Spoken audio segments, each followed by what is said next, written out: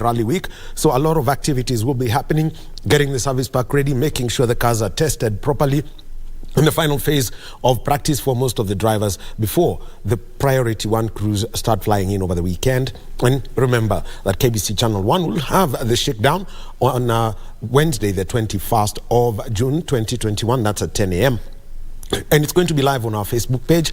The official opening on the 22nd from 10:45 a.m. and the Kasarani Super Special at 2 p.m. And also on Saturday, 2 stages live. That is Soisambu 1 and 2. And also we shall have Elementaita 1 and 2. And on Sunday, Hell's Gate 1 and 2. So look out for KBC and all the stories that we have. And we shall be giving you the outlook for the rest of the day. But first, let's go over to Mombasa, where the Ethics and Anti-Corruption Commission is having a workshop for public procurement practitioners. And this is a 5-day anti-corruption workshop for procurement professionals who have been drawn from both national and county governments. Our reporter down in Mombasa is Juni Karisa. Juni Karisa, you could tell us basically about this conference and its objectives.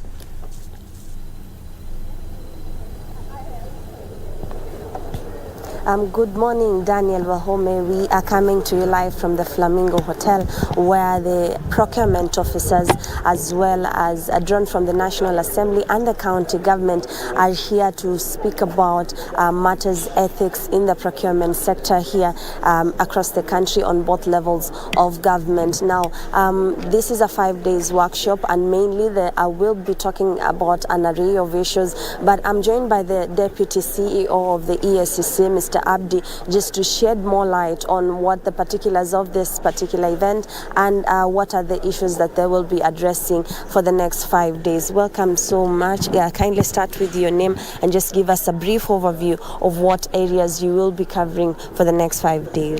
Thank you very much. My name is Abdi Mohamud. I'm the Deputy Chief Executive Officer of the Ethics and Anti-Corruption Commission. We are here meeting with the members of the Kenya Institute of Supplies Management. These are people who actually deal with procurement matters, both from the public and private sector. And we are engaging them not on issues that we are usually known for, which is the enforcement. We are basically engaging them to partner with them and to exchange views on how we can reduce corruption within the procurement process.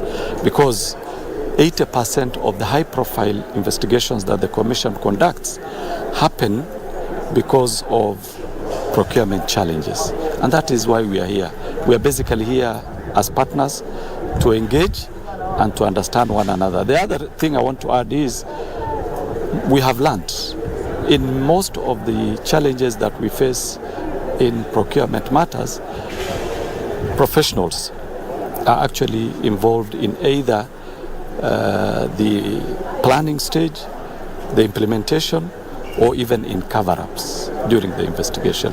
So it is important that we inform procurement experts here, for example, that they have a role to prevent corruption happening within the supply chain management. Yeah. I understand there is a bill that is being tabled before the National Parliament on how the ESCC can strengthen themselves in some of the loopholes that you are talking about. How is ESCC taking this bill? Are you in agreement, or is there a need for you to do some amendment to the bill? Well, we are strongly opposed to that amendment bill for a very simple reason. That bill, if it goes through as is being proposed, will basically kill the fight against corruption in this country for a very simple reason. What the bill proposes to amend are 2 very critical sections of the Anti-Corruption and Economic Crimes Act. This is Section 45(2), B and C. B, both sections deal with people whose main function is to manage public funds, either through procurement or disbursement.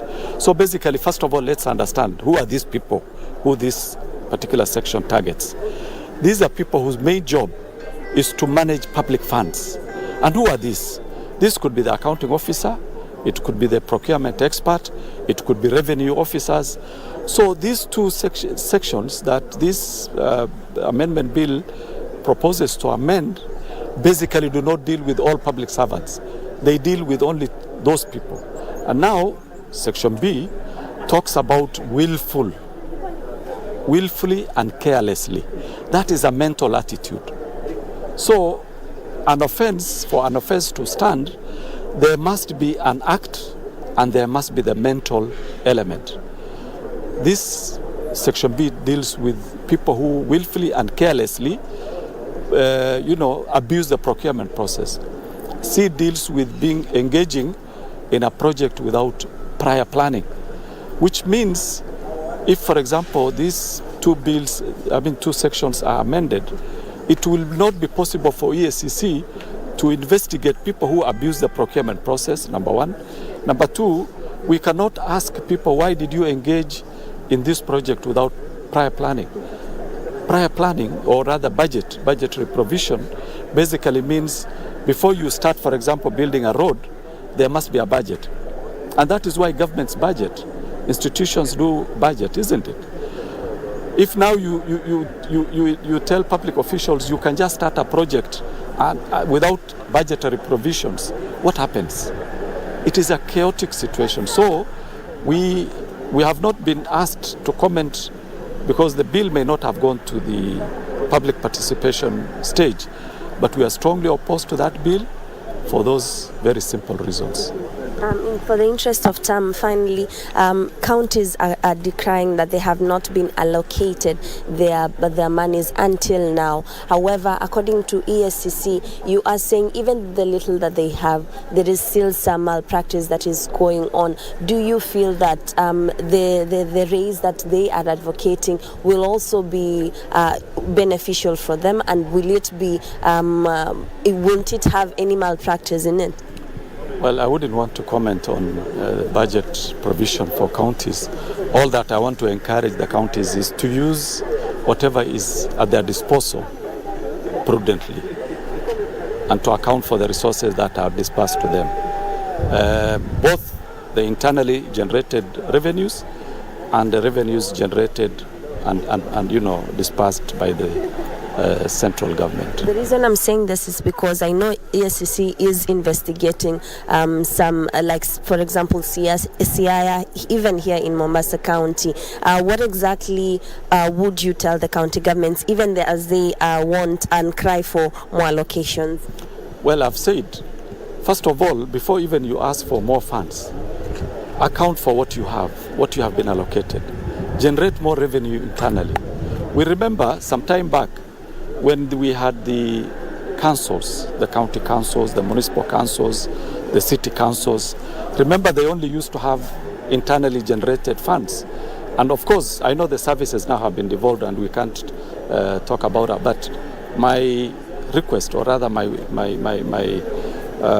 plea to the counties is just to utilize the resources they have prudently. As EACC, of course, we will investigate where we come across issues of abuse and the misuse of public funds. Thank you so much, Deputy CEO. We are at the Flamingo Beach.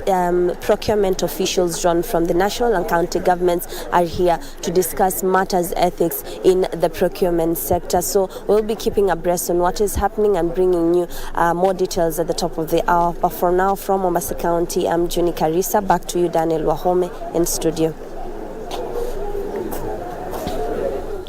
Thank you very much, Juni Karisa, who is in Mombasa. And this is a workshop by the Ethics and Anti-Corruption Commission. And they have hosted procurement officers from the national government and also from the county government. And this is on ways to make sure that most of the cases that come across there, most of them are procurement related, do not happen. So that is the conference that is going on in Mombasa for the next 5 days. Now, also, taking place today, let me just take you through today's news outlook. There's a breakfast meeting that is taking place here in Nairobi, and this is with the Trade Ministry and also together with the counties. So the Cabinet Secretary for Trade and Investment, Moses Kuria, is attending that meeting, and also the Chair of the Council of Governors, Anwar Igoro, And it is in readiness to the rollout of county aggregation and industrial parks. Fred Mwoki is our reporter there, and when the chair of the COG and also the cabinet secretary will be speaking, we will be getting up to them. There is a county public investments and special funds meeting that is happening at the Kenyatta International Convention Center. Parliament continues with the investigations on the Shakahola debts, and also Parliament is also having a meeting about public debt and privatization. And from the sporting front, Kenya is hosting two major African championships. Today is a rest day, and this is the Continent Cup T20 Africa. This is a cricket tournament. It started on Friday. Today is a rest day and continues tomorrow. We shall be having a journalist from Uganda. He's a cricket commentator, Innocent Ndawula. He's going to be joining us. He's been all across the continent covering the sports, so he has the knowledge to tell us about that. But also at the Nairobi Club, we've got the Billie Jean Cup Africa Group 3 Championship. This is basically the World Cup of women's tennis. And Kenya, they are playing now against Morocco. They are in Pool A, and the other teams in Pool A are Botswana, Nigeria, Uganda, and Namibia. In Pool B, the teams are Tunisia, Ghana, Burundi, Zimbabwe, Mauritius, and the Seychelles. So that is what we're going to be looking at. And also, our colleague Mary Wavinya is going to be speaking with two FIA World Rally stars, Jeremiah Wahome and Hamza Anwar. So we are going to be linking up with her later. And also happening at the Kenya School of Monetary Studies, Cabinet Secretary for Youth Affairs, the Arts and Sports, the Honorable Ababuna Mwamba, is going to be opening the third Kenya Academy of Sports International Conference that's taking place at the Kenya School of Monetary Studies. That is our news outlook for today. Now, next, let's talk about the Safari Rally and the people who are there. Every car has got two people. There is the driver and you've got the navigator. Now, we all know what the driver does, the pedals, the wheel, and all that. But there is the role of a navigator in rallying.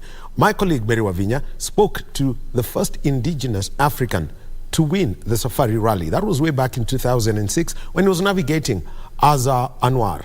Let's hear from George Mwangi on the role of a navigator.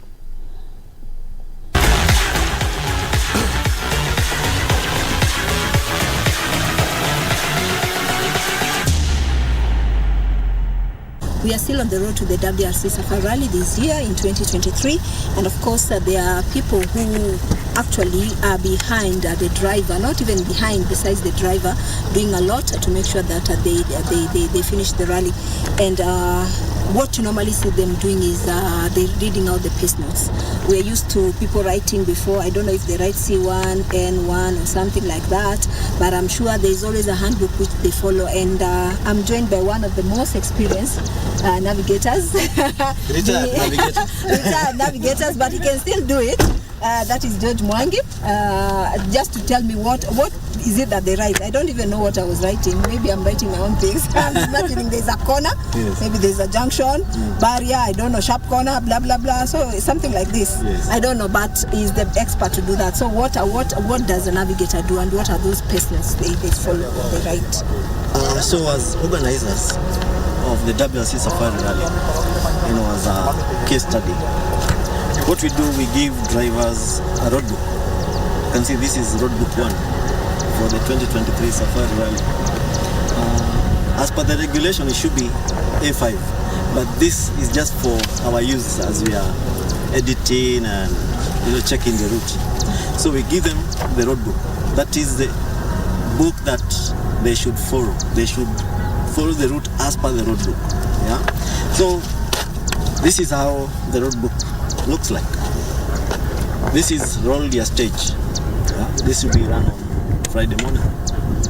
So from the service park, when they get to Roldia, when you get to the start, you see their coordinates. So you know exactly where the start is. Yeah? Again, see this. It shows that's a medical point. We have an MIV, medical intervention vehicle, and we have a radio point. It looked like a sharp corner to me. No, that's a radio point. Yeah. And this is the start of the stage. So the stage is from Roldia to Geothermal, that is through the special stage, and the transport to Geothermal is 53.12 kilometers. You have 1 hour, 15 minutes. The average speed is 42.5. Because after the special stage, you are not supposed to be speeding. So that's why we have this, yeah. So as you can see, we have 0, 0. So when you get to the start point, you zero your trip meter. In navigation, we have a trip meter. So you 0, 0. And 320 meters, there's a fork right. So when you get here, you fork. It shows there is a road this way and there is a road this way. Now, when you're doing recce, in between here, there could be other instructions. This is just the danger notes. However, in case of an incident in the stage, the C of C, if it's doing any communication or a bulletin, you refer, let's say there was an incident at kilometer 0.54. You say refer to notebook 1, page 87, yeah, box 4, kilometer 0.54. There is this incident. So do you write here? Or do you how do you note? As a navigator now, you keep this aside, but you always have it in the car because you have your pace notes. However, during recce, the radio points or the marshals who will be manning the radio points are there on recce because the radio points are very important. And as a competitor, you must note where the radio points are. So even during recce, those marshals must be there. Yes. Yeah. So you don't write on this. You have another book, like you had your notebook. Like mine. Yes. Like mine, which I can write. Let's say, for example, yes. So what you start, you write 00. 00. Yes. Then 320. Besides, yeah. Yes. Now this is 300. This is the distance. Yeah. In meters, yeah. Don't write M. Just that. Just 320. Turn first right at junction. Okay. So I write the full. No. Turn right. T. Yeah. Yeah. F. R. Yes. Turn. At first right. At first right. Yes. Wow. At. So this is A. No. Then you put shorthand. Yeah. You remember when you had the secretary's shorthand? Yes. The pace notes are in shorthand. Okay, and you should be able to understand them. Yes. You know, as a navigator, I write what the driver tells me because it is his interpretation of the route, of the instruction, of exactly what it is. So for a navigator, you must be focused, and you must be able to adapt to any driver. And any eventuality. Like, let's say, an animal crossing. Those are occupational hazards. Which it's upon the driver's discretion to know what to do. Yeah, you deal with situations as they come. So the navigator's main work is just to guide the driver. To make sure they finish. And the timing also. And timing. Yes. They're the ones who give, actually at the control points, they're the ones who give out the time card. Yes. Now you know. Yeah. It sounds like geography, mathematics, but I think it's all to do with how focused you are, how you are able to concentrate and deliver. You see, in the car, the navigator is a manager. You've done your calculations with the distance, you know how much fuel you want, because you know the consumption of your car, you know how much fuel you need.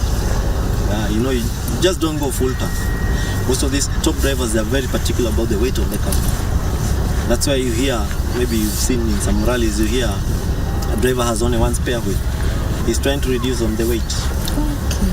Yes. And if we argue, like, we are human beings, maybe you're shouting at me and I don't like being... Do they argue? Do they argue in the car? Yes. But the thing is, we should avoid. Fine, there'll be road rage instances where temperatures are, but you are a team. So we should focus. So at least today you've learned something new about what a navigator's role is and what are pace notes. And we are just trying to demystify the rally language for you so that you understand before the WRC takes off at Uhuru Park. Yes. Thank you, George. You're welcome. Back to you.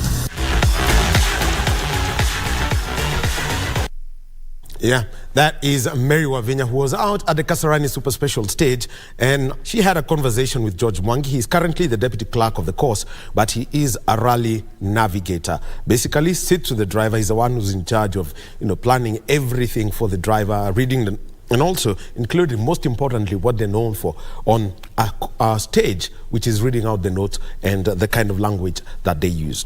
So remember, KBC Channel 1, we shall be bringing you 5 stages live on TV of the WRC Safari Rally. We shall have the Kasarani Super Special on Thursday the 22nd.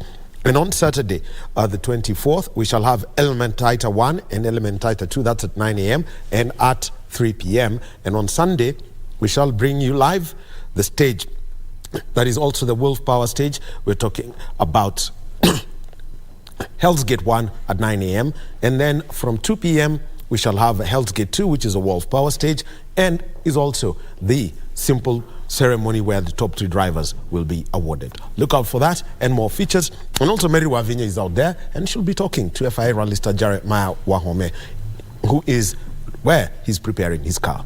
Now, so time for us to get into a conversation. Kenya hosting a huge event. For the first time since 2016, Kenya has not hosted a major cricket competition. It's 7 years of waiting. And Kenya at the moment is hosting 3 countries, Uganda, Rwanda, and Botswana. And this is in the Continent Cup T20 Africa. And to have that conversation, we've got 2 of the coaching staff from 2 of the participating countries. On my immediate left, I've got Adeline Tuyizere. I have that right? Definitely. Right. So I can easily move to Kigali. Or what's the proper name of Kigali? Is it Chigari or Kigali?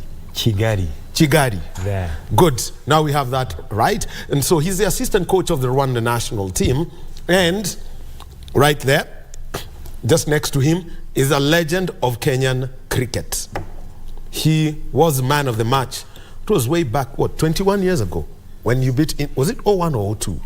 201.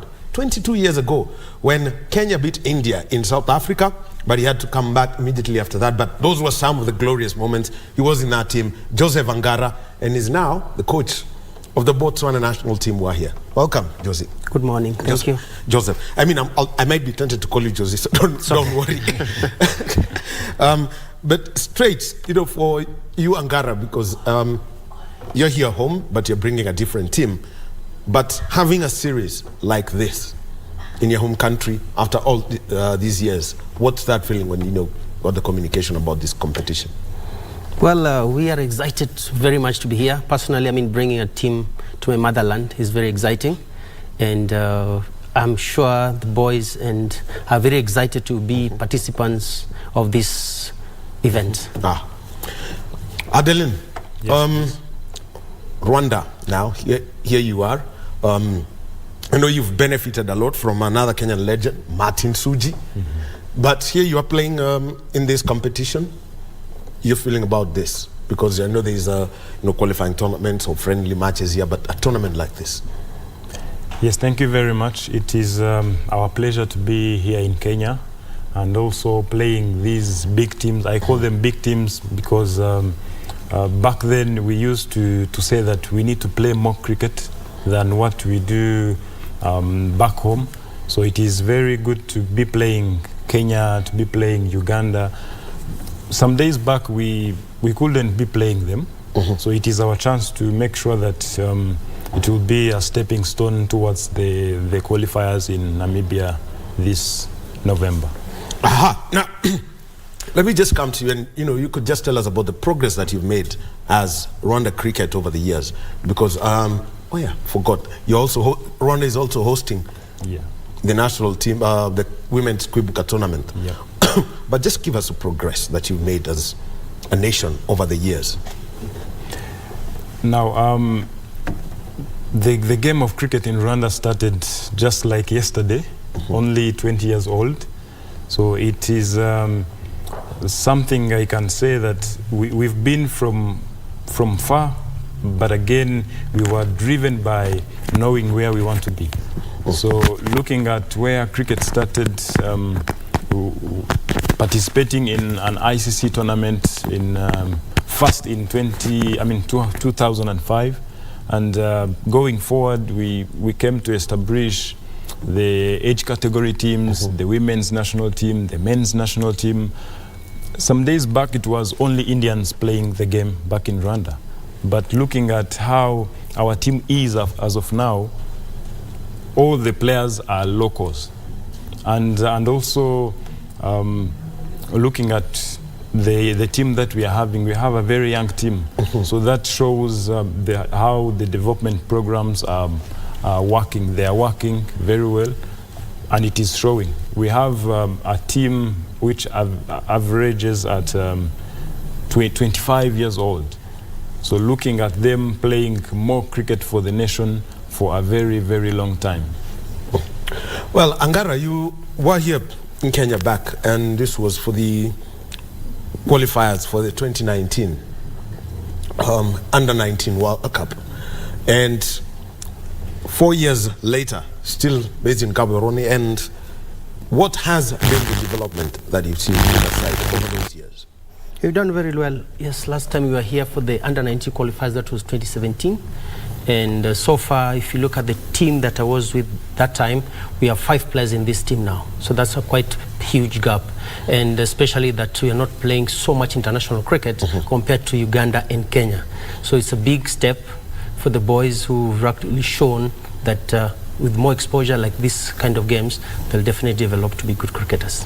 What are the success stories that you've seen over 6 years? Well, in 2018, we hosted the ICC qualifiers. That's where we beat Namibia. That was our biggest, 2018. In the same year again, we still won the Southern Africa region qualifiers. Yeah. Now, every time you see this, you are doing this coaching, especially for for a country like let me see, Botswana, doesn't have the kind of population numbers that Uganda, Rwanda, and this may do.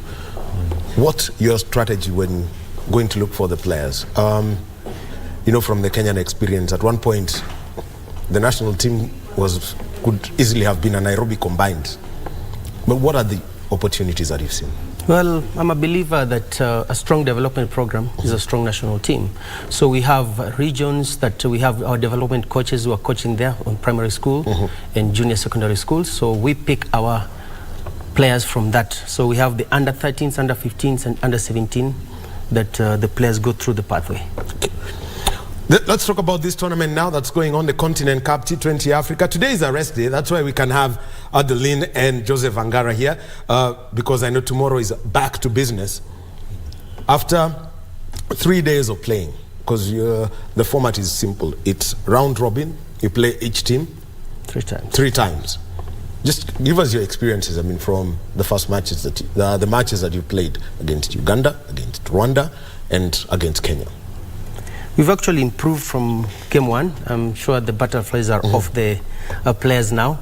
We lost to Uganda in the first game. We beat Rwanda in the second game. And yesterday we lost to Kenya. So sometimes for myself, playing Kenya and Uganda, which are big teams who are ranked ahead of us, is a big opportunity, and the players take it as a challenge. It's a learning opportunity for these young boys. Let's talk about Kenya now. Because now when you just take a look at the standards that that you had set, and having seen Kenya, try deep but get back up. What is it that you saw in this T20, especially the T20 format, because it's a game of expression? Well, if you look at both teams, you can see the experience from Kenya and the young boys from Botswana. So, yes, they're here to learn, and as much as possible also to compete to that top level, because this is the kind of games that they need. We just back from South Africa last week for the Southern region where we won, so we came up with the momentum, and the boys are ready to learn. For you, for your team, I know some people will just say, okay, Namibia, they are 92, but what have been the learning experiences for your boys, especially when, facing some experienced people, I'll think of who on the Kenyan side, Shem Ngoche and also Vraj Patel, whose deliveries can be a problem for any of the players. Yeah, I mean, facing the likes of Shem Ngoche and bowling to Colin Subuya, Rakhe Patel, it's actually a good learning experience from these boys. So we got more games to come, and I know the boys were going to improve by each and every game. Let me come to you, Adeline. Yep. Your 3 matches that you played, Botswana, Kenya and Uganda. Just take us through each of the matches. I will start by the first game against Kenya. It was a very exciting game, looking at the boys, how they played. It was our first time scoring 3 figures. So normally we were scoring 70s, 50s, but this time round we came saying that we are here to learn. But again, we are playing a big team with a lot of experiences in the team, with the likes of Obuya, Rakhe Patel. But again, we say that no, you can't go in a cricket match looking forward to play a name. You play a cricket ball. So we are here to compete. We scored 136. So they chased down the score in 19 overs. So it was a positive for us, which we took it into our next game against Botswana. So it was... Let me just come down to that, because when you talk about 19 overs, it means that you really pushed them to the edge. What is it that you did around your bowling such that the Kenyan players felt that pressure? The only thing was the main goal was to take the game close, because it wasn't a big total to a Kenyan side, but we said, let's take the game close at least. So the bowling was tight, good lines, good lengths, and the fielding was up to the maximum. We took all our catches, so we made sure that any chance coming to us, we swallow. So that was the main thing, actually. Now, the next game. Botswana. It was... the boys say that it's a derby, because we played Botswana once, last year in Rwanda. We beat them. This time around, it was a motivation, but again, don't forget that they've come from a winning moments from South Africa.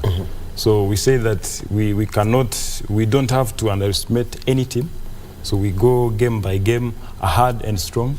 So we made sure we do our best out there in the field, but the batting order didn't click. So we lost early wickets, which costed us a lot at the end. Your neighbors, Uganda, to the north. Now Uganda, since cricket has begun in Rwanda, we have never won against Uganda.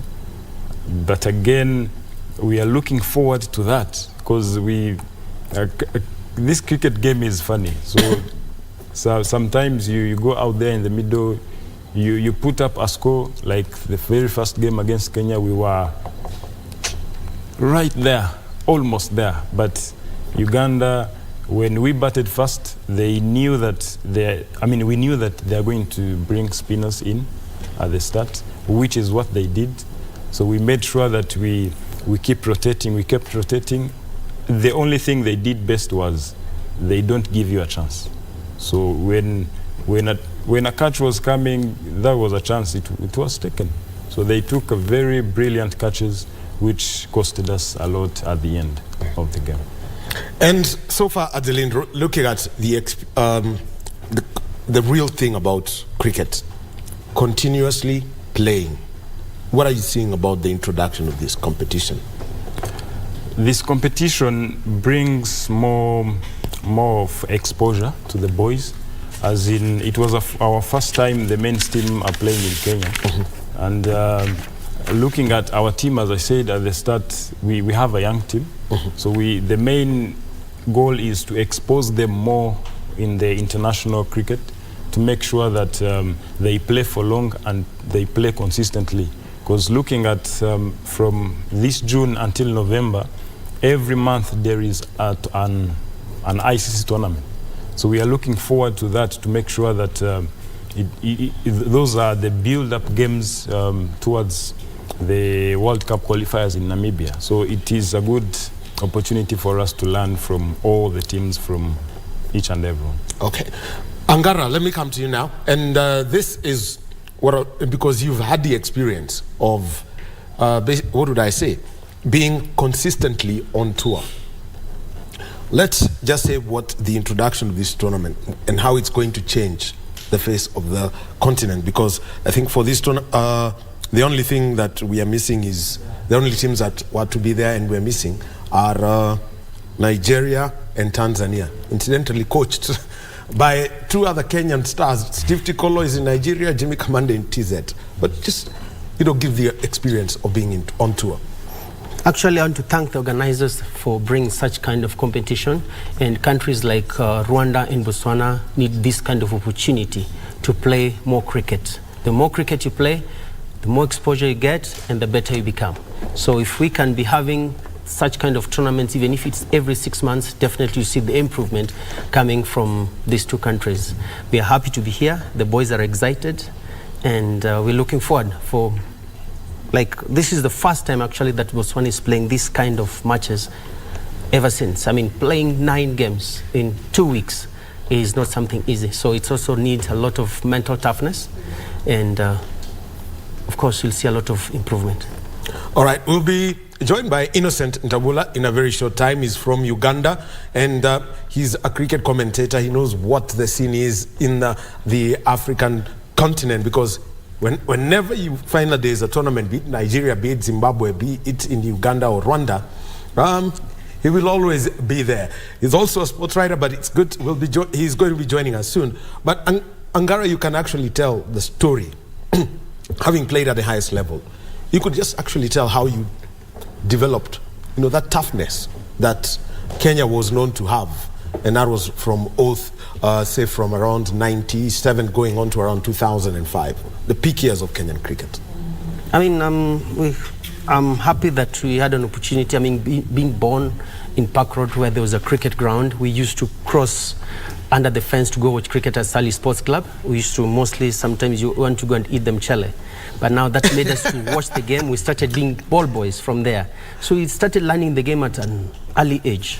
Then we were lucky also to have enough club games that we played, and every game that we used to play was a challenge. So that challenge from your practice to bring it to the club level into the national team. And we also had enough exposure, I mean, going to India, Ranji Trophy players coming into Kenya, so that we had a lot of exposure for us to actually, by the time we were achieving, we reached the semi-final of 2003 World Cup. We were in India in 1993, 18 of us. 2003, 12 of us were in this team. So it's how much we came along, how much we knew each other, and how much we had blended, and how to motivate each other. Okay. All right. And right now we're joined by cricket commentator and writer. His name is Innocent Ntabula. Innocent, a very good morning to you. Very good morning to you, Daniel. Nice to be here. All right. Good, and welcome to Kenya once again. Because this is basically almost your second home. And I feel very absurd when you call me a cricket commentator. I prefer you call me a sports journalist. Yeah, because I was here with you in just the other month ago for the Magical Kenya Open Golf. So we had a lot of good time at Mtaiga. And then I was here for the football, a couple of, and the athletics championship, the under-20 championship. Yeah, when we saw someone do crazy times in 100 meters, that Kenyan young boy. So please keep it to sports. Cricket is my love, yes, my passion, but I love sports. Okay. Yes. There is this, you are, I would have to say, one of the most troubled, cricket writers that we have on the continent at the moment. And first of all, the first 3 days of the Continent Cup T20, just give us your outlook from that perspective. It's a new dawn for cricket. For me, I feel that like in European history, the French Revolution of 1879, like what they say... 1779. 1879. 1879. I insist. I insist. I think I am very good with history. I got a distinction. Post-Napoleon. Post-Napoleon, oh yes. When they said... yes, that's post-Napoleon. When somebody coughed, the rest of Europe caught a cold. and that is Kenya. When Kenya coughs, the rest of Africa catches a cold, especially the associate nations. And those associate nations do include even an ODI nation in Namibia. Why do I say this? Is when we were growing up as youngsters, Kenya was a role model. They were, everybody had a Kenyan idol. In Uganda, when you go back to Uganda, even our Ugandan setup, all the people who played for Uganda have Kenyan names after Kenyan legends. There are people named Angara. There are coaches who call themselves Odoyo. There are people who call themselves Ganzi after Tikolo. It was crazy. I remember my idol was Jimmy Kamande, for example. I wore shirt number 11 when I played an age, and even for my club because of Jimmy Kamande. And then I went on to associate it with very many other big names, Daniel Vittori, Flintoff for England. I went to pick out all the 11s all over the world. And 11 became a magical number for me. But Jimmy Kamande's appearance at the 1999 World Cup in England, bowling raw pace to India, England, was for me an eye-opener. I said I was playing with Jimmy Kamande at the under-19 level. He came to Kampala. And then all of a sudden I see Jimmy Kamande in a World Cup. And I'm like, come on, this game can take you places if you are truly a true follower and very passionate like the Kenyans. But Kenyans have done Kenyan things, and somehow the game is not loving them as much as it used to love them, because they've tried to be their own problem. Well, not getting into the the politics of it, but this kind of competition where you bring in the countries, so that we don't have Tanzania and Uganda, because if TZ was here, then I'm very sure you'd be sitting next to your idol Jimmy Kamande, who's coaching Tanzania at the moment. But what have you seen at the Nairobi Gymkhana, Friday, Saturday, Sunday? What I've seen is the hunger, the passion, and the notice. Everybody knows the assignment is clear. The assignment is to keep the game rising. We've seen Kenya, for me, for the first time. They've done the right things. Team wasn't in camp for as long. They only had a camp for 4 days. Absurd, but that is the Kenyan way. But what they've done is they have assembled the best 11 available, mixed the experience with the young upcoming talent, Gerard Mutui. We'll see Peter Kowech, the Nakuru Express, coming through maybe in the next second round of games. But the captaincy has been given to the right person for the first time ever. In Rakib Patel, they have a man who's played not one World Cup. Collins Obuya may be on his way out, but if you can't buy that experience in a supermarket or an Asda or a mall, you have to keep him there and help the transition come along through nicely.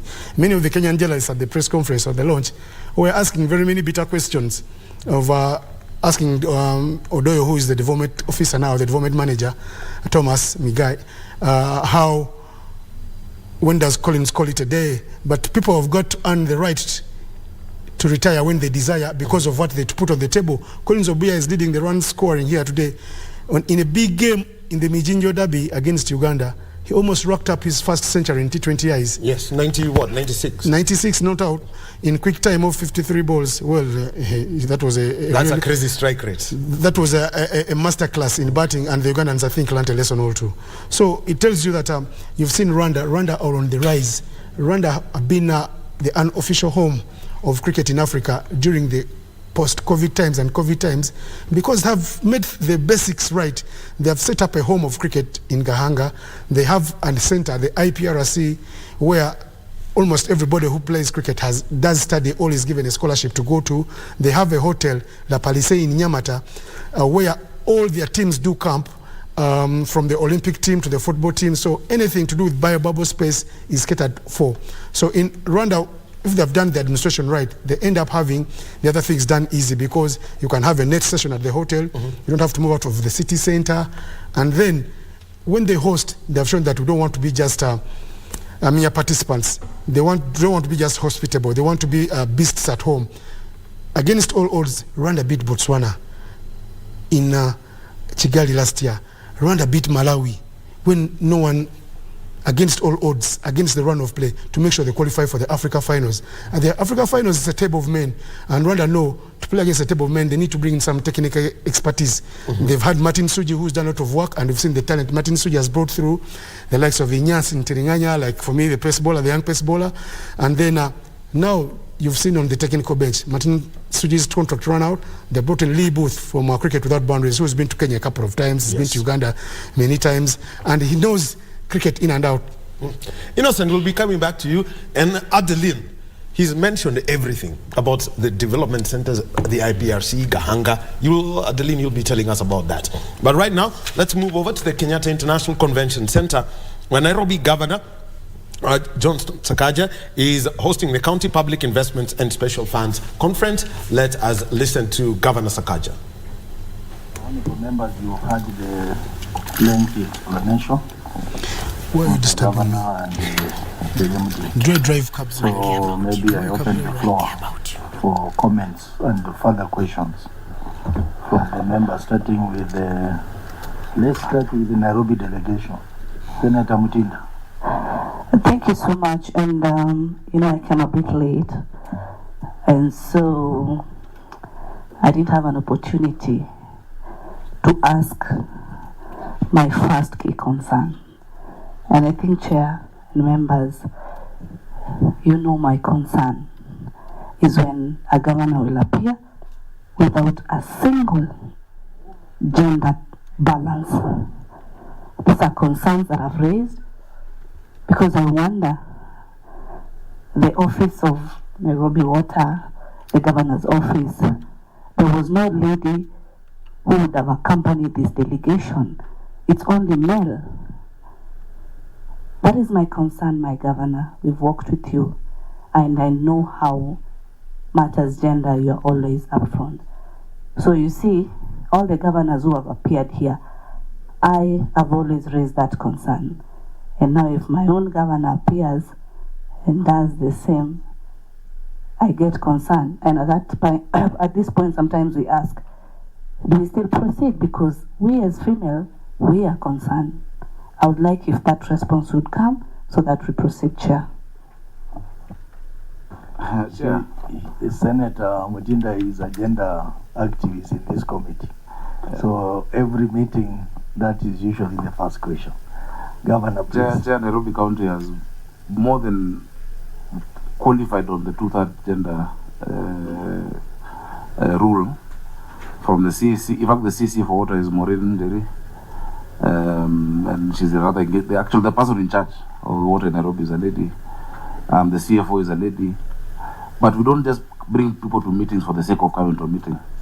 We bring people who are answering specific questions. But if you want us to display the Nairobi team, you will see there are very many ladies. And in fact, in many times, I am actually outnumbered by the other gender. You know, the technical director at Nairobi Water is Engineer Njambi, the company secretary. So we have that. It's just that for the purpose of this meeting, so that also work goes on. You know, we are coming here to spend time, but we don't want people to leave their offices and fill this place. So that work can also go on.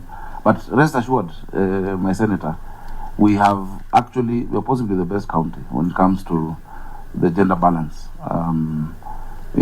From the CEC level to the chief officers, to the directors, to the staffing level. In fact, staffing levels, the men are outnumbered in Nairobi. I hope you are satisfied with the response from the governor. I know he has those things, but the face of Nairobi should always be given an opportunity to be there. So I believe that is Nairobi Governor Johnson Sakaja, who's appearing before the Senate County Public Investments and Special Funds Committee. And we've got Kevin Washira, who's our reporter at that event. So he's going to be updating us on that. We shall be taking a short break now. And when we come back, we continue our conversation on cricket. And this is the Continent Cup T20 Africa that is taking place at the Nairobi Gymkhana. Today is a rest day. We've got Adeline Tuyizere, who is the assistant coach of the Rwanda side, Kenyan legend Joseph Angara, who is coach of Botswana, and from Uganda, we've got Innocent Ndabula. He is a sports writer, and he's been basically making Kenya his home. He's here every so often. So hold out for that. We shall be coming back in a short while.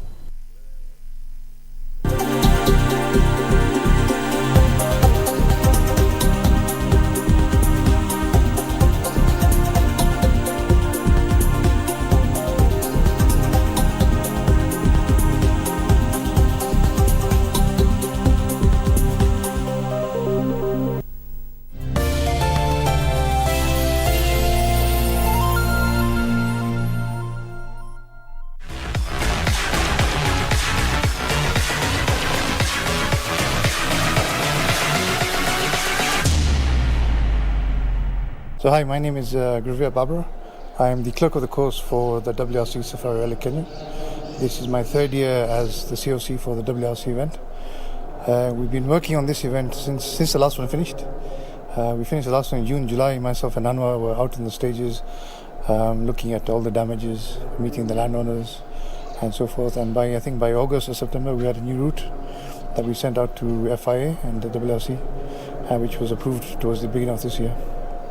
So since then, we've just been working on the plan for that particular route. We've had small changes from last year, not many. We removed Narasha, we replaced it with Malewa. We ran Malewa 2 years ago, so we put that one back in. Small changes in Osirian, small changes in Kedong. Apart from that, it's almost the same. We're hoping that our spectators can avoid overlapping and parking badly, especially on the Friday night and Saturday night along Moi South Lake Road. It really affects the competitors, our guests from outside. It gets hard for them to get back to the hotel to sleep and then leave in the morning to go back and impress us with their driving skills.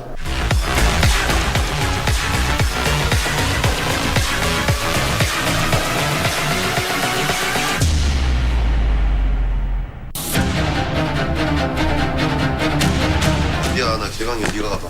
예? 아니 근데 지난번에 말했잖아. 또 까먹었냐? 어? 경찰에 신고해! 어쩌다 신고해! 자 그만! 그냥 가서 모른다고 하잖아! 회도 가시고 청와대도 가시고 왜 안 되면 교황님한테 가서 이러세요. 일로!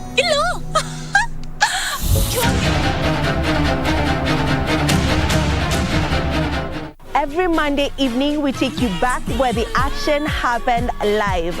We let you know what you missed, even if you were present. And our goal is to continue supporting our own. From the latest celebrity buzz, fashion, music, and all manner of youth talents, the Grapevine cameras rove all week to bring you the latest in the enormous entertainment scene. Watch Grapevine every Monday at 10 p.m. and the rerun on Tuesday at 2 p.m. only on KBC Channel 1, baby. Engage us on Facebook and Twitter, #Grapevine on KBC. Let us know what is happening in your area code, because you know what they say, if you did not see it on Grapevine, then it most probably never happened. Bah! Ain't nobody gotta tell you what you gotta do. Wajiko.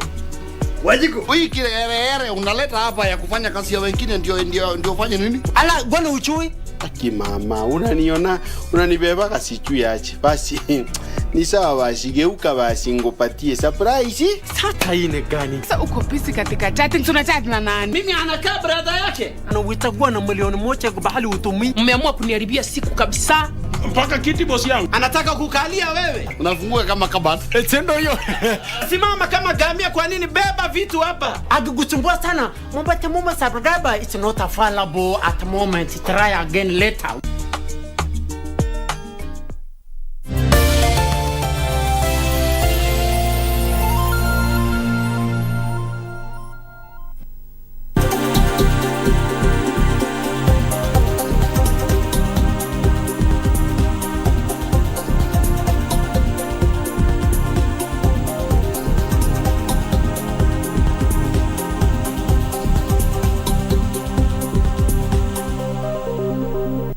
And welcome back to Sports Check on this Monday morning. It is the 12th day of June 2023. We're counting 10 days to the start of the WRC Safari Rally, and this is going to be taking place in Nairobi. That's where you've got the Kasarani Super Special Stage, and the rest of it is around Naivasha. That will be Friday the 23rd, Saturday the 24th, and Sunday the 25th. KBC Channel 1 will be bringing you all the TV stages live, just like we did with Rally Italia. My name is Daniel Wahome, and in studio with us is a conversation about cricket, the Continent Cup, T20 Africa. It's a T20 format. Kenya are the hosts. Uganda, Rwanda, and Botswana are participating. They're going to be playing against each other 3 times, with the top 2 teams playing off in the final. And on my immediate left here, I've got Adeline Tuyizere, who's the assistant coach of the Rwanda side that is participating in the competition. Right in the middle, we've got Joseph Angara. He is a former Kenya international. He is one of the players who put Kenya right at the top way back, about 20 years back, these were the heroes. In those days, I'll tell you, we used to pay 200 shillings to sit on grass. Today, we go for free to sit at places where tickets were 9,000 bob. That's how a game going down can change the entire sporting ecosystem. And on my far left, we've got Innocent Ndawula. He's a cricket writer and everything around African football. And before we took the break, Innocent mentioned about, the kind of work that Rwanda is doing, setting up a center, scholarships, and Adeline is here. He's spoken about your country, Rwanda, and the work. Now, just expound on it and exactly how that setup works. Yes, thank you very much again. IPRC, the ground that Innocent Ndawula just mentioned, I take it as a cricket hub. Or it is more of cricket hub, but a sports hub, because it is now hosting tennis tournaments. The Billie Jean Cup is happening from the same center. That's the 4. Billie Jean Cup, Africa 4, because Africa 3 is here. Yes. So looking at IPRC, it is a center for every cricketer. It is right in the center. We call it Kichukiro Center. So everyone around Kigali can play cricket from IPRC Kigali, and it is a college. It is a university. So it offers scholarships for cricketers. Looking at our team, we have 4 players who studies in the same center. It's called IPRC Kigali.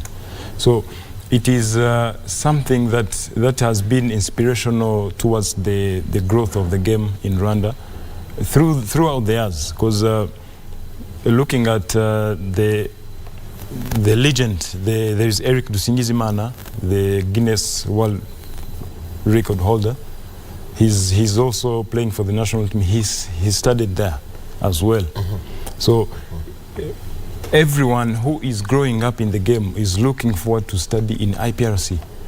There are nets there. There's a cricket ground, very nice, well built nowadays, and it is hosting tournaments as well. The Kwibuka is happening from there. We have a lot of tournaments happening from there. So it is a ground that is making strides towards the growth of the game in Rwanda. Looking at Gahanga Cricket Stadium, on every Sunday, Sunday mornings from 6 to 11, it accommodates around 500 kids a day. And a lot of players who are playing, there are 3 boys who are playing in the same team. They also grew up from Gahanga 4-5 years ago. And looking at in the girls team, 4 girls grew up from Gahanga, from the same program. So the development programs are really, really working, because we have a lot of development officers all over the country in different regions. And we do play a lot of age category teams tournaments. So that is where the growth of cricket is, and that is where the players come from. From the camps we do, from the tournaments, the inter-schools tournament, from hosting under 15 tournaments on a national level. So that is where everything is coming from. Well, thank you very much, Adeline. He's the assistant coach of the Rwanda side that's playing in the Continent T20, in the Continent Cup T20 Africa that's happening at the Nairobi. Jim Kanda, Joseph Angara, I'll be coming to you, but first, my colleague Mary Wavinya is in Nairobi, and it's all about the Safari Rally, and she is in a rally car seated, and she is joined by FIA Rally stars Hamza Anwar and Jeremiah Wahome. Mary Wavinya, over to you before those boys give you a spin of your life. Wahome, thank you very much. Don't worry about that. We all love talking. I'm with the Rally Star team, with Hamza Anwar and Jeremiah Wahome. Yeah, you have to call him Jeremiah. I must insist. And of course, we are heading towards the WRC Safari Rally 2023, starting from 22nd to 25th of this month, from Nairobi to Naivasha. And I'm at Trip Motors. That is at Tams Racing Rally Development Team. And Hamza has to leave, but before he leaves, he decided to squeeze me in this seat, the navigator seat. But he's not here, he's in Mombasa, so I have to play the part, but I'm not driving anywhere. The car has to be sorted. So Hamza, tell me, you are the Rally of Sardinia. So tell me, how was it, first of all? No, it was a good rally. It was very positive. We didn't finish in the where we wanted to, but it was positive. We set a third fastest stage time, so it's really boosted our confidence, and now we look forward to the safari. And Wahome says that you face him. He's looking at you. So as you also competed in Croatia, and I think that's a very good build up towards the WRC Safari Rally, and also you did ARC, Yes, this year, last the year, ARC and Rally Sweden. Yeah. So it's been amazing. A lot of different terrain changes. I've covered tarmac. I've covered all different surfaces so far, and now it's my favorite and best of all service. You know, on dirt, on gravel. So we also have engineer Biscuit here, doing a very good job. You know, Biscuit looks after everything and makes sure, you know, all the car is all okay. As you can see, he's inspecting. Is the cat. Biscuit. He's inspecting, making sure that he's everything the mechanic is. cat. You see, he knows everything and he's sorting everything out. So that's very nice of him, and we're very thankful to Biscuit. He's done a very good job, and as you can see, he knows that Wavinya is not my normal co-driver, and He's making sure I'm okay. I don't interfere with anything, because this car must be ready for scrutineering. He's inspecting everything. As you can see, he knows where the sensors are. He knows the brake pedal. I think maybe I haven't put fresh socks on, perhaps. See, he's happy. That means he's happy. That's lovely. So Hamza, tell me about the car you are showing us. This is our Fiesta Rally 3. It's the modern day production kind of vehicle to race, and it's the go-to. And I can't start it because it's not yet ready for testing. But yeah, I mean, it's an amazing machine, and such a small 3-cylinder engine can keep up with the mights of the big R5 Rally 2 cars, which we will be competing against. It's going to be amazing. We're 5 in our category, 3 Kenyan drivers, 1 driver from Paraguay and another driver from Canada. So it's going to be an interesting battle, and I'm wishing the best for me and my team, which consists of Jeremiah Wahome and Makre Kimathi, and let's see if we can hold the flag high. I know we're confident, we're hungry young gentlemen, and we're going to make the best out of this opportunity. And since 2021, how's your journey been up to now? It's been fantastic. We've come from here and now we're here. So it's coming from grassroots level, which I started with the National Autocross Series, and a few years later, I'm competing with amongst the best in the world, and some of the drivers that I'm competing against will be world champion one day. So it's amazing for a Kenyan to be out on the world stage and do the Junior World Rally Championship, and I'm very thankful. Everything is from God, and we say Alhamdulillah. How did you fare in 2021 and 2022? 2021 was not my year, but I learnt a lot. 2022 was a year that I couldn't prove my real speed, but I could hold everything together and win my championships. I became the junior Africa champion, and with that I also was 3rd in Africa. So that was a great achievement, and I think I was also 3rd nationally in Kenya. So a big milestone for me and for us as a team as well. We're all growing, we're all achieving great things, and we're all pushing ourselves to limits and beyond. But 2023 was my big break onto the international overseas world stage. And I'm very thankful to my sponsors and the corporates. We're still looking to more people to come on board onto this amazing program and represent our beautiful country. And you're still the youngest, I presume? Yes, me and Jeremiah share the same age. Makre is becoming old, but he's the old goat. But he is very experienced and has a very level head when it comes to motorsport. So we all learn something from each other, and we all push each other, and it's amazing how far we've come. And they love teasing each other. You should see Macrae, but he's not here at the moment. Finally, before you leave, because I have to let you go back to work because there's a lot of preparations. They have a launch tomorrow, Yes, with Kenya Airways. So I have to let him go. I'll remain with Jeremiah, but talk to your fans. What are your expectations? My expectations are for you all to be very safe, to be honest. Enjoy the rally, and make sure you subscribe and follow the correct pages, and if you could really give us some support at Hamza Anwar Racing for our social media and keep up to date with the event. Instagram, Facebook, Snapchat, the lot. Even our YouTube channel is being launched soon, so keep in touch with the event and know what's going on, and of course KBC all the way. Thank you Hamza, it was good talking to you. I have to get out of this car. It is another journey for me. Jeremiah will help me out, so we'll see you around. Jeremy, hold the mic for me. Let me see if I can get out of here with my left leg. Yes.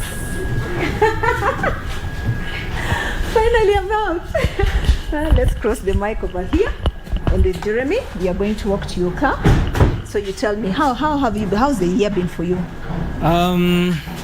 The year's been a bit quiet, but we've had 2 rallies, which hopefully will be good preparation for us. We did the Machakos rally in January, which we managed to win, and then the ARC rally in Voi in April, which is a good event. We were lying second, but unfortunately couldn't bring it home. But we've learned our lesson, so it's a good prep. I'm feeling good. I'm feeling very comfortable in the car. So hopefully that pace and form will translate into good speed at the Safari Rally.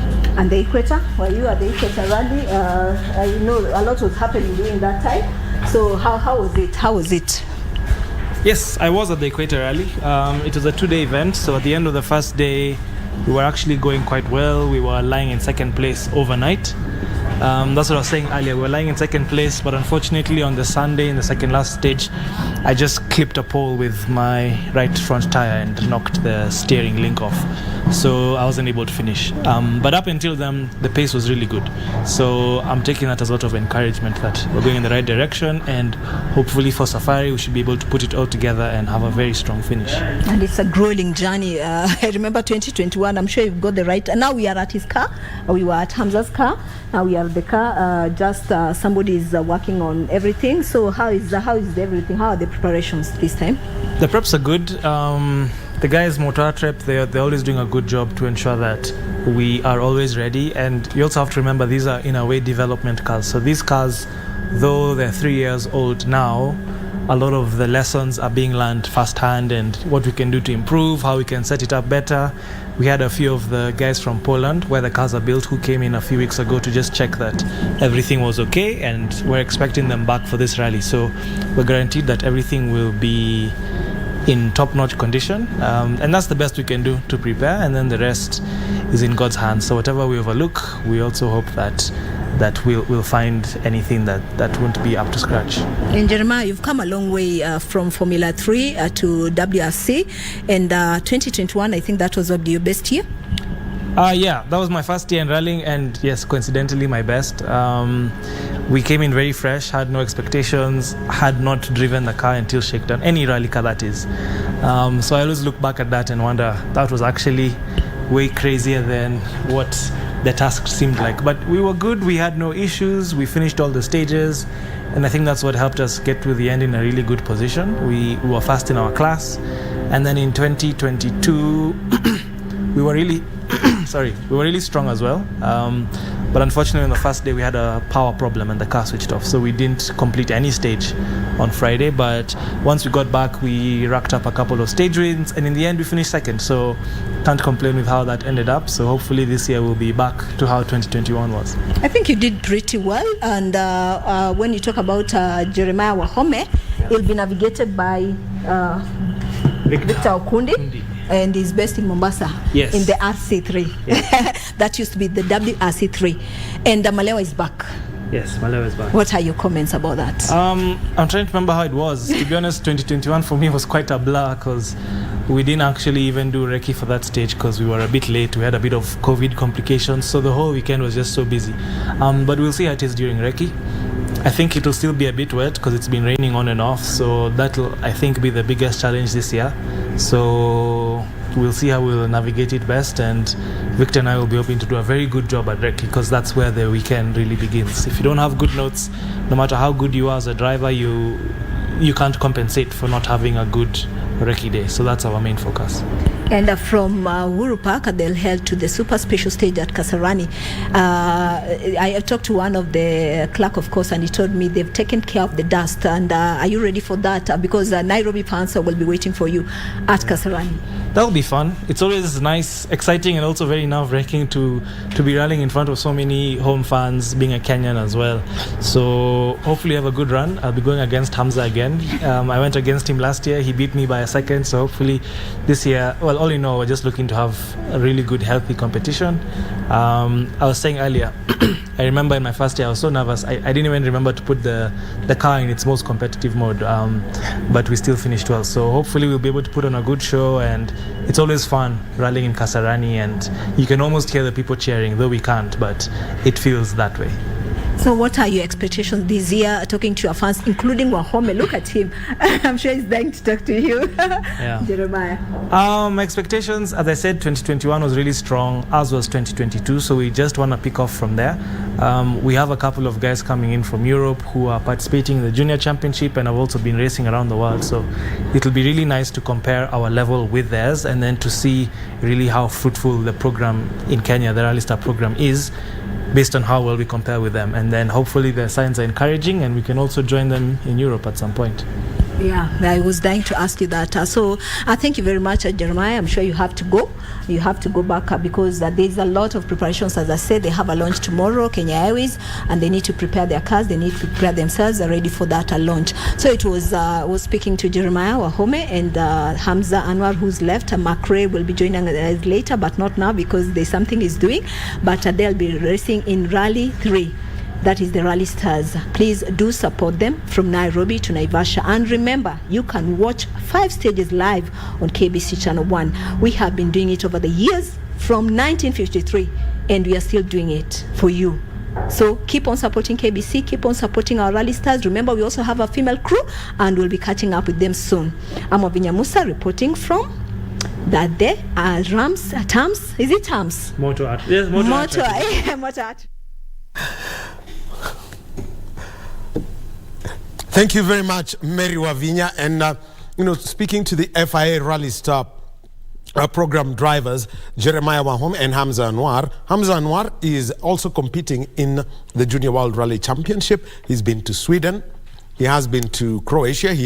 And recently was in Italy. So still he's got Greece and Portugal to do and compete with it. Second Kenyan to get into that program in its current form. Last year it was Makare Kimathi. And let's see their learning lessons as they prepare for the Safari Rally. We continue with our conversation, and this one's about cricket. And we are talking about the Continent Cup, T20 Africa. Kenya, Rwanda, Uganda, and Botswana. Those are the participating nations, and it's taking place at the Nairobi Gymkhana. Entry is free.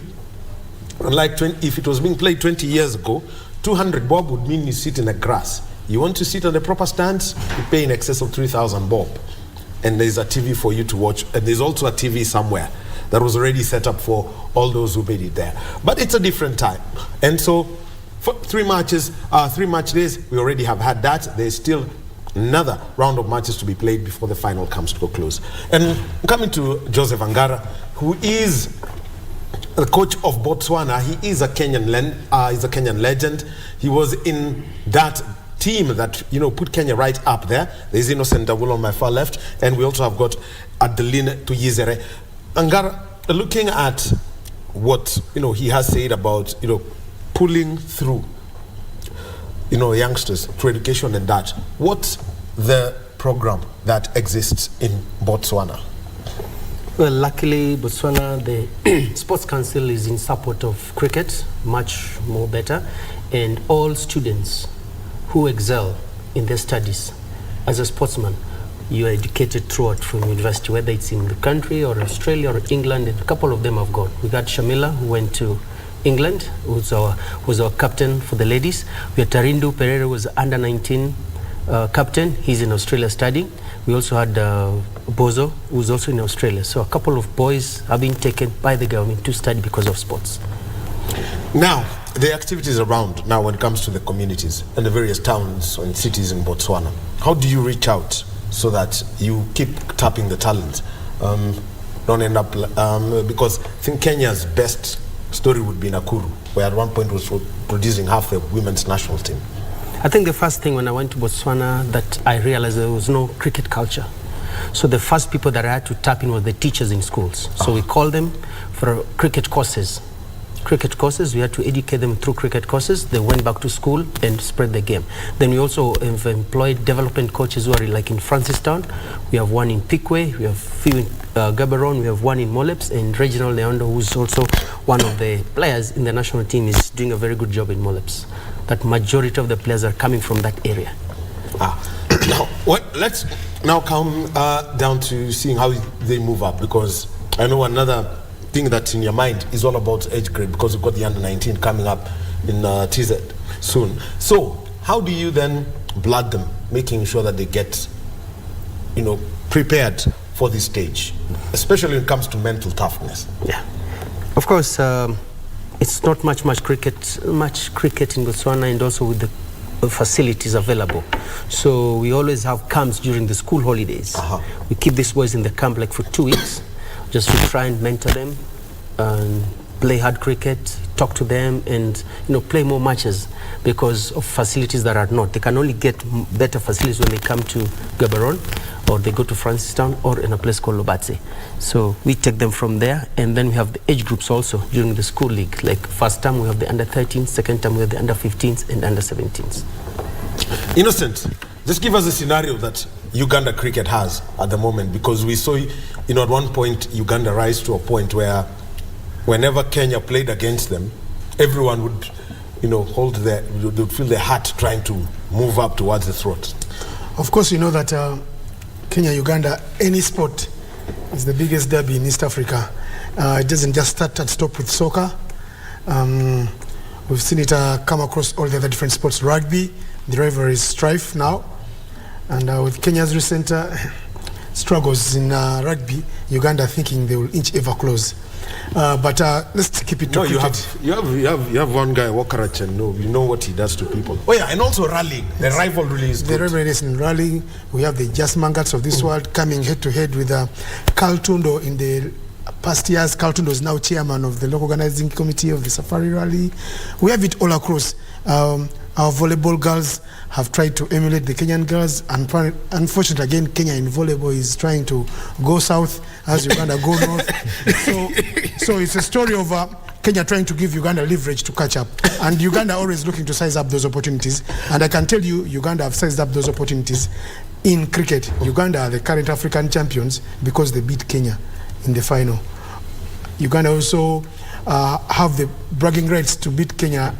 Uganda did beat Kenya for the first time in an ICC event. Forget the friendlies where Kenya, the Angaras, used to send us a small AfriPulse team called AfriPulse, and Uganda get a game or two. But now Uganda have gone on and just even over 200 runs against Kenya. I was very happy, for example, before I answer your question, I was very happy, for example, your question when you said the games are at Gymkhana and Kenya hosting. And I was very happy when Kenya won. And Kenya won with a big margin. They are setting and stamping their authority. They're saying, yes, we may be lacking with the administration, but we as the players, we know we must do our bit. Because the players have the class, they have the experience, and you don't buy experience in a supermarket, like I said. And this Kenyan outfit showed the class, and the big players came to the party. And the transition is there now. It's being seen. We've seen youngsters like Vraj Patel. The under-19 captain was drafted into the side, Vishil Patel, after Tanzil Sheikh got injured. Sachin Budia, who captained Kenya at the under-19 World Cup in New Zealand in 2018, is in the squad. So we're seeing Gerard Mithui, the young boy there, Peter Kowech from Nakuru. You talked about Nakuru being a hub of the girls' cricket. Of course, the Quinta Abels, the Easy Wairi, Munjoroge. But for Kenya to win means on Tuesday, tomorrow in the afternoon, when Kenya does play Uganda, it's a working day, but I tell you, we will have fans in the stadium. Yes. Because they know of what Uganda can do these two teams have played out games of 240 runs, and one has lost chasing 240. The games are in Kigali, games have gone for 500 runs, a T20 game between Kenya and Uganda. So that's how close Uganda has bridged the gap. And what has Uganda done to bridge the gap? Uganda first have accepted that we have to make cricket all-inclusive, like ICC says. Before, it was very hard for players of color to play in the Ugandan side. Yesterday, for the first time since Akbar Beg, who you know very well, who played for Uganda back in the days in the Intercontinental Cup here, captained Uganda. 15 years down the road, we had a first player of color captain in Uganda in a T20 match because our coach felt Brian should take a rest. Brian Mark Masaba, the captain, and the vice captain, the young boy Kenneth Waiswa. So we had Riazat Alisha captaining the side at the age of 22. So it shows you that if we have allowed the players of color to play, we are copying the script that Kenya had. But although Kenya, it's quite a different story, because you know, Asif Karim may have been a player of color, but he's truly and proudly a Kenyan. Yeah, we know what Hitesh Modi is, what the father's contribution to the game is, yeah, and all these things that come into play. So Uganda have done that, and Uganda have realized, yes, you can only get more money if the big boys are playing all the national teams. But development is a must. The development hubs in Uganda are quite amazing now with the introduction of South Africa his former under-19 coach, Lawrence Matlane. Matlane is a black boy, grew up in the ghetto, lucky to be in the setup of white boys down in South Africa. I don't want to look or sound racist, but I am not. But I'm saying it as it is, because you know South Africa. It's the reality of it. Yes, sir. Like having, 25 years ago, you wouldn't have, it was difficult to have a black man in the Proteas. Yes. So what Matlan has done is taken the game to everywhere. He's asked the development manager. When he came in, his contract was just head coach national team. Now he's also the high performance manager, and all the other coaches and setups report to him. In Uganda, things like analyst were luxuries on national teams. He's saying, media manager, what are you going to do with the national team? Things like physiotherapists on teams, they were looked at as luxuries. Video analyst, assistant coach, Uganda never used to treasure such things. But even our women's team down in Kigali has a player who belongs to this setup of the national team, the cricket queens that are here. But because he's injured, and we know he's going through a recovery period, Davis Muhumuza, who was also captain the side, he's sent down to lend his expertise to the coaches so that the teams can come and rise through. So the hubs, for example, we have some of the best bowlers you will see coming from northern Uganda, who will relate to the Maasais, tall, fast, and furious.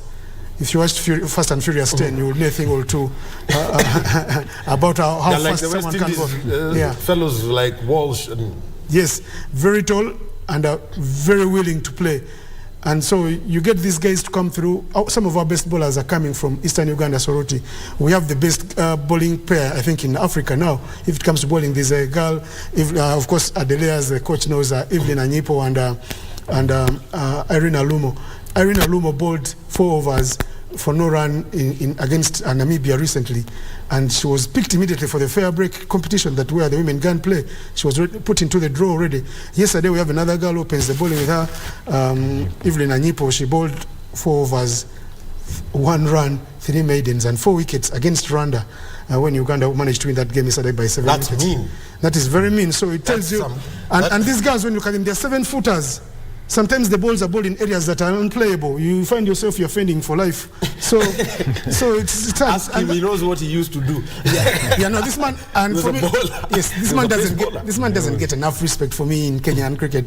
Person who's bowled out Sachin Tendulkar, who's had Brian Lala playing on the back foot, one of the most beautiful bowling actions you've ever seen, him and Martin Suji. I feel these guys here have not been treated fairly enough by Cricket Kenya and the Kenyan government. Especially, I'll throw this to Ababu Mwamba, the cabinet secretary for sports here. We need to look after the legends. We need to make sure the sports develop, and we need to make sure everything called sport does bring more mileage in terms of advertisement. We've seen what Kipchirchir has gone. Yes. You don't need a $1 million advert on TV if Kipchirchir is going to do what she's doing currently.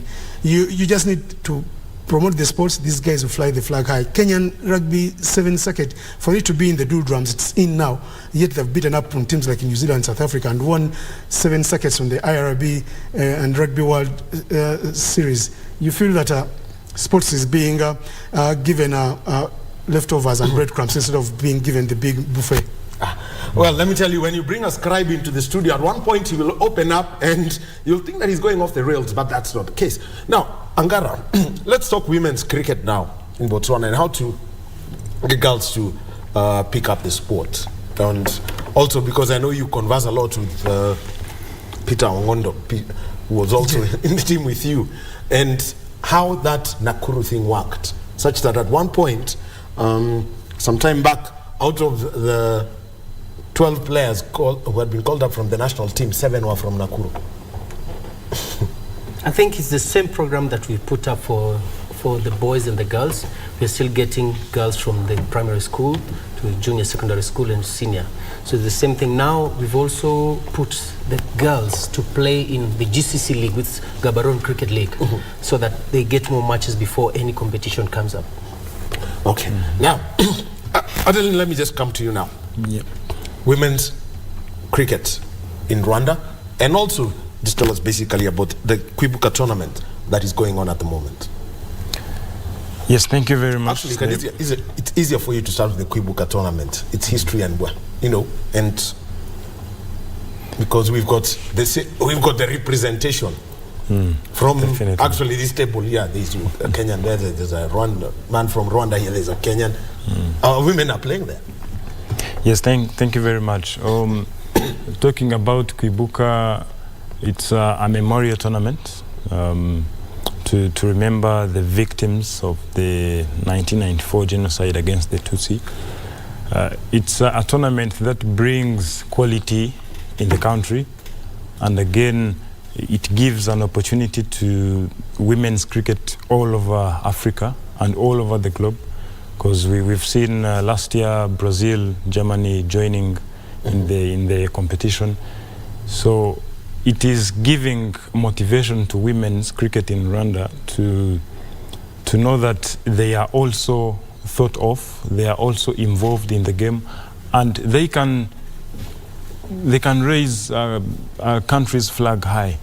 So looking at the ongoing Kwibuka, Rwanda is looking at winning the tournament for the very first time, and it was unfortunate that we lost to Uganda yesterday, and again Nigeria. But again, they still have very many games to go, because they will play each other twice. So I'm sure they will put in a lot of hard work to make sure that they play the finals, maybe, hopefully. But again, looking at Kenya, Uganda, Botswana, and Rwanda as well, the quality that they bring into the game is at its highest. It is not going well at the moment, but again, it is the conditions. Maybe the tournament is still early. It's still early. You never know what will come out today or the next day after the rest day. But it is really growing, and the ICC now, it is an ICC recognized tournament. So it is bringing a lot of positives in women's cricket in Rwanda. And, you know, I know Innocent wanted to react, but I am the one person who would not react. I mean, who's going to shock you. Nigeria beat Kenya. Angara. What is it that, you know, you've seen Steve Tikolo do wherever he's been? Tanzania, Uganda, and now Nigeria. What's the kind of thing that he takes to any side that he leads? Because we were even shocked. Tanzania beating Kenya. That was unheard of before. I'm sure you saw one of our Kenya ladies who's now the betting consultant for Nigeria, that's Sarah Wetoto, who's part of that, and the experience that Sarah has, you can buy it, as Innocent says. So it's all about hard work, consistency, and commitment. Right, now let's talk about the outlook for the rest of the year. First of all, playing every month is something that you want to do. What are the things that you're trying to look at so that anytime you move to a different country, Africa is, people may see, to some people Africa is a country, but the moment you leave Kenya and you go to Zimbabwe, the conditions are you'll find or even if you go down to Botswana now, you're headed to the Botswana winter now. Yes, we are in winter. You're in winter. Yeah. Speaking to a Kenyan, thinking, he's become a Botswana man. He's lived there for the last almost 8 years now. But how are you preparing your sides, to meet these extremely changing conditions around the continent? Well, I think first of all, if you look at Botswana, it's closer to South Africa and Zimbabwe. So most of the time we know the level that Zimbabwe is. We always go to Bulawayo to play the Tuskers team. So that's our biggest part of preparation, that we get a lot of exposure in playing teams that are up there. Sometimes you go to Bulawayo, sometimes you go to South Africa. Like before we went to Southern T20 region, we went to Pretoria to play a Titans Academy side, which was really helped us going into the tournament. So yes, the conditions are a bit different, but look like now we come back from winter, the ball is a bit swinging, and it's nice that the wickets at Gymkhana now have just new wickets and really hard surface, and it's really seaming. So the ball is coming to the bat, and I'm sure if you look at majority of the captains, they win the toss and they really want to bat. So it's something that it's taken into consideration in terms of preparation. Okay. Now, from where you sit, Innocent, and the various competitions, including what you're going to have, because at the moment Namibia is a force to reckon with. They always seem to rub off South Africa. As we head towards the T20 qualifiers, what are you seeing as real development points in Africa? Countries that are actually emerging and people are tended to forget about them. For me, you've got to give a lot of flowers to Africa post-COVID era. The biggest setback for all African economies and sports in Africa is the lack of ample finances. The federations or the associations, Botswana will tell Coach, my good friend here, Joseph Angara, will tell you that Botswana Cricket Association don't have enough, as much as they would have loved. Rwanda Cricket Association are starting to get some government support. Uganda, because of the consistent performances with the teams, under-19 teams going to the World Cup, the women going to the global qualifiers in Netherlands 2018, they have been included among the priority sports. Cricket has been included, and they get an equivalent of, they get 1.2 billion shillings per year. 1.2 billion, if you do a quick maths as a Kenyan, you'll know it's around 300 million, 400 million Kenya shillings per year from nothing. If you get that from the government. Actually 40 million. 40 million, yes. Thank you. You get that and supplement it with ICC gives you, because of certain things. The ICC have a scorecard. They ask how many schools are playing the game, how many grounds have you got, how many kids have you brought into the game. So many countries find themselves, they don't have that. They say, how many girls competitions have you had? Kenya have not been competing, for example, in ICC events at the girls level for some time now, which is absurd, because like I said, Kenya need to cough again inside the rest of Africa catches a cold. For Kenya not to compete with the talent they have, Margaret Banja, who I think still has enough left in her tank to play. Sharon Juma recently retired, absurd, in Uganda during the Victoria Series. She must wake up with all her talent, because I've seen her play badminton for Kenya as well. She must come back and play. Sarah Bakita Wetoto is a batting consultant, yet we know she scored the first 100 in women's cricket in Africa. A big mammoth 170 plus. Yeah, these people must come back and play. Maslina Diambo, where are they running? Where are they becoming Morifes? So they shouldn't be running anywhere. So you want to feel that the talent we have, everyone in the world comes to Africa and wow, they are wowed by the talent they see across the table. So you've got to give flowers for me first to Rwanda, for their population, for the things they do. When you go to Rwanda, it's a busy day every day at the cricket ovals. When you go to Rwanda, everyone from playing, you see a national team player after playing is coaching. You say coach is trying to do administration work later on. When Martin Suju was there, it was hard to think he's a technical director. When the women are playing, he's in the dugout. When the men are playing, he's the head coach. When it comes to office work, he's typing office work. So, and Rwanda Cricket Association have opened up to the world. and they have an eye for catching talent. They caught for me the biggest fish in terms of our women's coaches in Leonard Namburu. There's a Zimbabwean there. The guy was with Zimbabwe. Zimbabwe was winning African championships. He went to Namibia. Namibia beat Zimbabwe for women with a thin squad of literally people who are just taking up the game. He's taken all that love to Rwanda. He took Rwanda. Rwanda were thinking they'll go to the World Cup in 20 years. He took them to the World Cup in 2 years. So Rwanda have lived their dream already. So such things are happening in Rwanda quickly. Then you have to give it to Botswana for their ability to push their board to make sure the players get more games.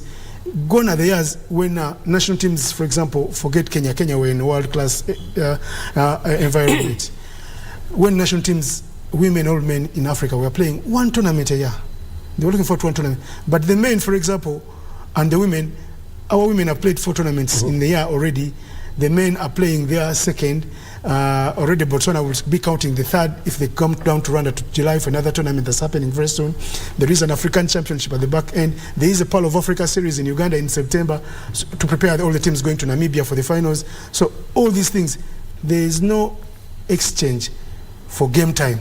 The exposure, the experience you get playing, when you bowl a wide today, you're hit for a 4 in a certain area, you can only get better if you do it again in a match environment that is competitive. That is the beauty that African cricket has risen up to, and because the game is attractive in Africa now, and Africa, they love to call us the dark continent. For me, I like to call us the gem continent, because the sponsors are now trying to bring in the money, saying, we have products to sell. These games are on TV.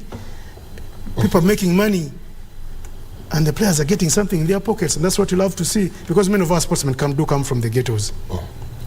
Innocent Ndawula is a cricket writer, writes for the Monitor in Uganda. Thank you very much, Sebo. And we've got Joseph Angara. He's a Kenyan legend, but don't ask where he's got that Botswana library. He is the coach. Actually, he's leading the development of the game in Botswana, and he's here with the national team.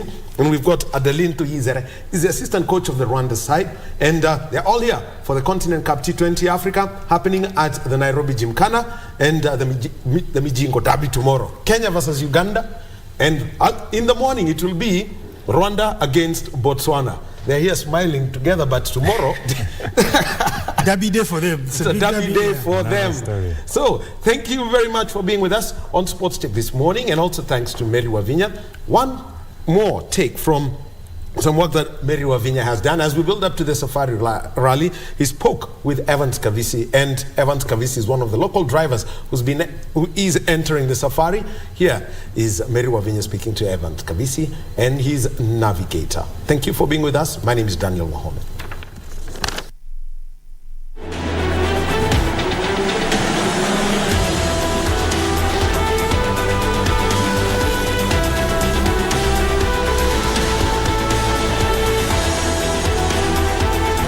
Hello, we are back with Evans Kavese and Absalom Aswani, and we are on the road to the WRC Safari Rally, coming soon on live on KBC Channel 1. Of course, we are going to show you 5 stages. Remember, 5 stages, and those are the very crucial stages. But first thing first, in industrial area, I've just walked into Kavese, and last time we talked, hey, I can't remember, but you had quite a journey. So how was last year for you? It was okay for the bulk of it until it was not. We went out of the race, the second last stage of the event, having done 4 days of competition. The very second last stage to the end. That's where we had a problem. Well, we had a small accident which gave us a catastrophic engine failure. So we had to bow out. The car could not move anymore. Yeah. That was very bad. And dramatic. But yeah. Dramatic. And I can see Absalom, you're just walking around, just doing us, tell us what did you do? Is it the manager?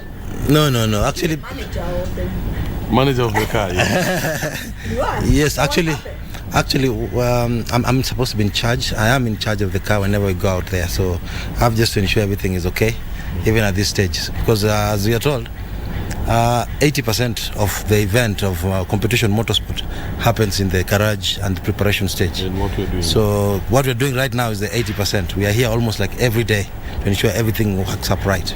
Yeah. Of course, Absalom is the navigator and he loves his job. very much.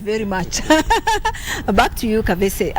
2021, when the rally came back to the WRC, and that was an amazing experience for both of you. I think I saw you in Naivasha, very busy. We could not talk. I was busy at the start of every day, but we had a very bad event that year. We started every day but didn't finish any day. We had a lot of problems, but we took the lessons and improved on the subsequent year, which was last year now. Then again picked on last year's lessons and all those and compounded them to this year. So we're really hoping that things move a bit better this time around. So which was your best year among the two, now heading to the third? Our best year was definitely last year, without a doubt. We retired to 12th? 11th position actually overall, and the penultimate stage. You realize there were even more powerful cars. We had even beat some other WRC cars in the whole event, and we were really doing well. So it was just unfortunate that a little just something came up, and we found ourselves out of the stage. So yeah. So how do you see this year's WRC event going? We have entries. I think by now we had 37, and I saw your name there. You are the early birds. How do you foresee 2023? We do the preparations to the best of our ability to just make sure, as you were saying, 80% is in the workshop. So we make sure that 80% is done properly into the T. The rest is on luck and where we sit with our God at that time. So the 80% is what we're working on. So far we are okay, and I believe we are confident moving forward. The other bit is just to get into the car and perform. So we're really hoping for a good result this year, and we hope for a finish. And then again, we hope that we get, not just a finish, a very good performance. Yeah, like what we were doing last year, but measured drive. Yeah. Absalom, from where you sit? Yes. Very confident. Oh yeah. We so far on preparations, I think we still have one more test, and that will do with the final testing in terms of mapping of the car. But we have so far done two. The first one we did was twisty corners. We just went there to shake the car literally, to see how it behaves, and it behaved really good. The engine looked powerful because we had just reopened and redone the whole engine. Later on, a week later, we again entered it into a competitive mode in an autocross event where he did, autocross, you don't see the two of us, he only sits, and he was out, I was out actually, where I was able to monitor, see how he's driving, and we could be able to see what he was doing, not to damage the car, but see in a competitive mode, again, the attitude and more, how you handle the car is a bit different compared to a normal testing condition. So he emerged actually tops in the whole competition again, and I managed to register the best time of the event. So which means we are placed at a better position compared to last time. So we only need one more test where it will be mapped. We're waiting for somebody from abroad to come in and do the mapping. And then we can now do the final, because the mapping normally is for the engine, the gearbox, and the diff. So if all those things are mapped together so that they can work together, then it will be fantastic. Back to the Kenya National Rally Championship, you've competed. I think you went also for the ARC? Yeah, no, not this year, last year. Last year we did. Yeah, last year. So, how has been the season for you locally? The times are not being the best, so we pick and choose the events that we want to do because it is financially draining to do some of these things.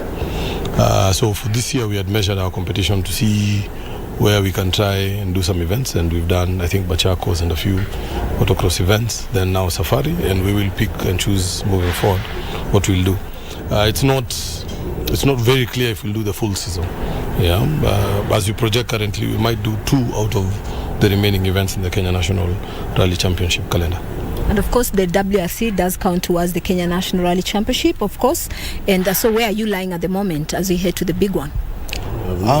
Currently, we are not lying anywhere because we should be at the bottom. We should be at the bottom right now. Unfortunately, because we have not participated in most of these events. So and the one that we did participate, unfortunately, we also didn't go very far because of some mechanical issue. So we sat out, and in fact, that's when we decided that we really need to work on this car.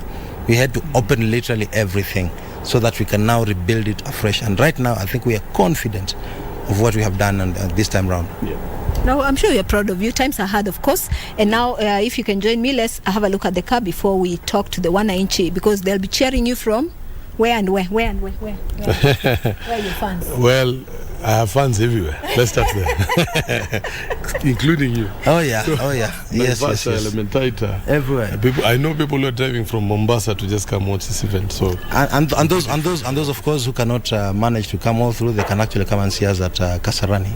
Yeah, and of course KBC will be airing this live. Yes, we'll be live, and of course you'll watch them in action. Super special stage at Kasarani. That's where we head from Uhuru Park. Let's have a look at the car just briefly before you talk to your fans. As you can see, everything for us is ready. We've just removed a few of the cosmetic items to repair and brand them.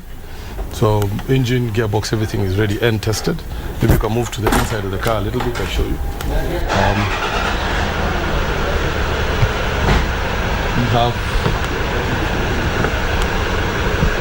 inside the car, everything is 100%. We've just taken out the seats and a few things we need to do pre the event for scrutineering purposes, which is the checks that they normally do. So we just make sure that everything is in accordance to what the international standard is, so that we're not taken back to scrutineering 2 or 3 times. So that's why the internals have been removed a little bit to put things ready, and we can move forward. Otherwise, for us, the car is